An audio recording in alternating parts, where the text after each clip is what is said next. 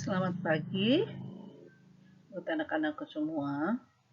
Pada kesempatan pagi hari ini atau siang hari ini, kita akan belajar tentang pendidikan agama dan budi pekerti untuk kelas 10.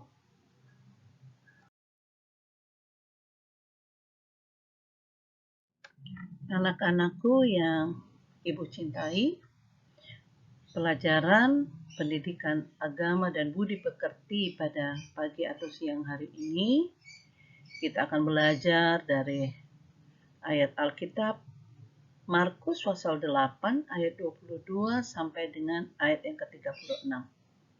Sebelum kalian membacanya lebih jauh, mari kita berdoa memulai kegiatan pembelajaran kita pada pagi atau siang hari ini. Mari kita berdoa. Bapa di dalam surga, Bapa yang baik, Bapa yang kami sembah di dalam nama Tuhan Yesus, kami bersyukur dan berterima kasih kepadamu atas waktu peluang yang Tuhan berikan buat kami, di mana pada kesempatan siang pagi hari ini kami mau belajar tentang pendidikan agama. Biarlah Tuhan menolong, memberkati kami dari awal hingga akhir kelas kami, berkati hamba, berkati anak-anak kami, supaya kami boleh belajar dengan baik pada kesempatan pagi bahkan siang hari ini. Terima kasih Bapak, kelas ini kami serahkan di dalam nama Tuhan Yesus yang adalah Tuhan dan Juru Selamat kami. Amin. Silahkan kalian membaca firman Tuhan dari Injil Markus pasal 8 ayat 22 sampai dengan 36.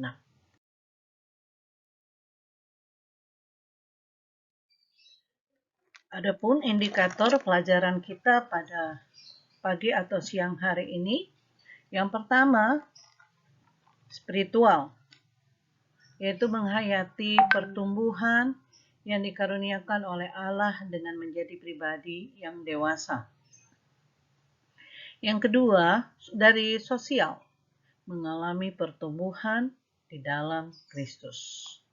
3, pengetahuan.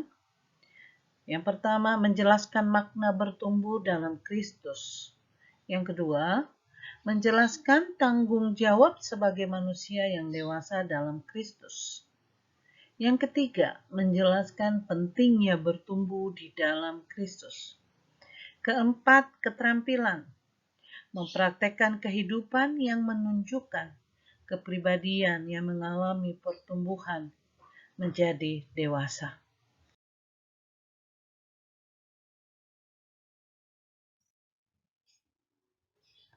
Pengantar pembelajaran pada pagi hari ini. Pada bagian sebelumnya, kita sudah belajar tentang makna dan bagaimana bertumbuh menjadi dewasa. Sekarang, kita diajak untuk memahami dan berjuang lebih dalam lagi melalui upaya bertumbuh di dalam Kristus. Hal ini dinyatakan melalui kesediaan menerima diri secara utuh, termasuk luka batin yang dimiliki. Memahami makna bertumbuh di dalam Kristus dan bagaimana mengoptimalkan segala apa yang dimiliki untuk berorientasi pada bertumbuh di dalam Kristus.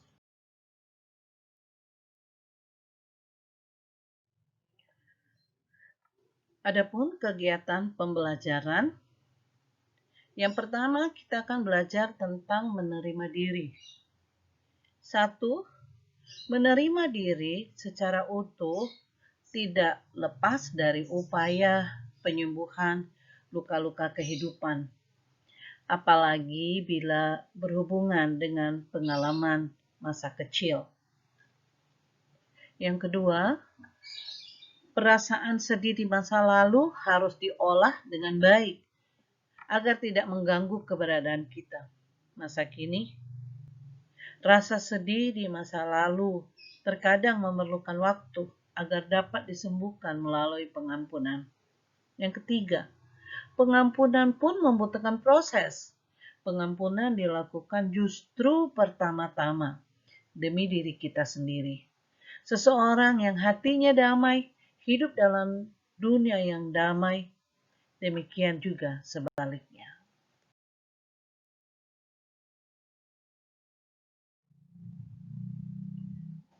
Pri Haryanto dalam artikelnya yang berjudul "Membentuk Suatu Kepribadian yang Utuh" menunjukkan cara mengolah perasaan sedih menuju pembentukan pribadi yang utuh.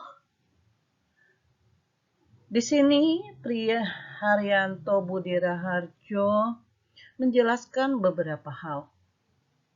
Dalam tulisannya yang pertama, beliau mengatakan bahwa percaya pada kemampuan diri sendiri. Apa yang dimaksud dengan percaya pada kemampuan diri sendiri?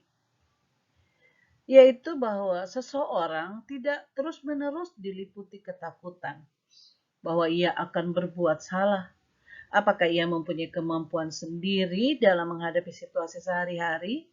Apakah ia selalu menghitung-hitung dan merencanakan segala tindakannya? Atau malah berusaha menghindar? Yang kedua, menurut Pri Haryanto dalam artikelnya mengatakan bahwa yang kedua yaitu spontan. Spontan yaitu bahwa seseorang melakukan segala sesuatu dengan bebas. Apakah ia merasa nyaman menghadapi situasi-situasi secara umum, ataukah ia merencanakan cara-cara untuk melarikan diri? Lalu yang ketiga, hidup pada masa sekarang. Apakah seseorang berbuat seperti itu? Ataukah ia mengharapkannya berada pada suatu saat dalam masa lampau atau menunggu sampai ia tiba pada masa yang akan datang? Selain itu, kondisi ini turut didukung melalui pengajuan pertanyaan apakah hari ini baginya. Dapatkah ia benar-benar memberikan dirinya untuk hari ini? Lalu yang keempat,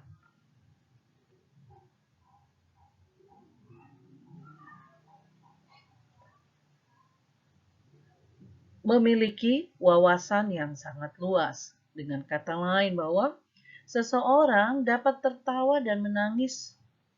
Ia tidak takut menyatakan emosinya yang sesungguhnya. Ia tidak akan membiarkan dirinya dilumpuhkan oleh keadaan.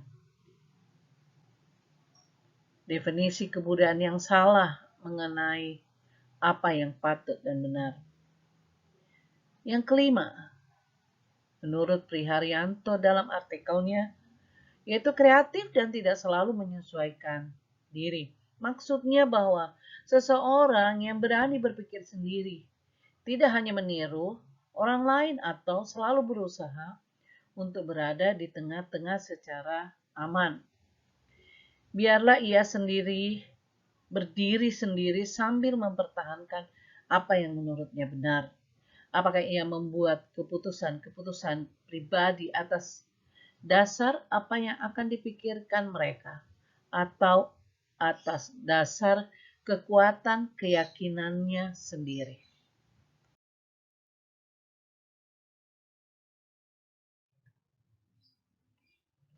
Di akhir pelajaran kita pada pagi hari bahkan siang hari ini, ada aktivitas yang harus kalian kerjakan. Dan isilah soal-soal, pertanyaan-pertanyaan ini sesuai dengan apa yang kalian rasakan, apa yang kalian alami.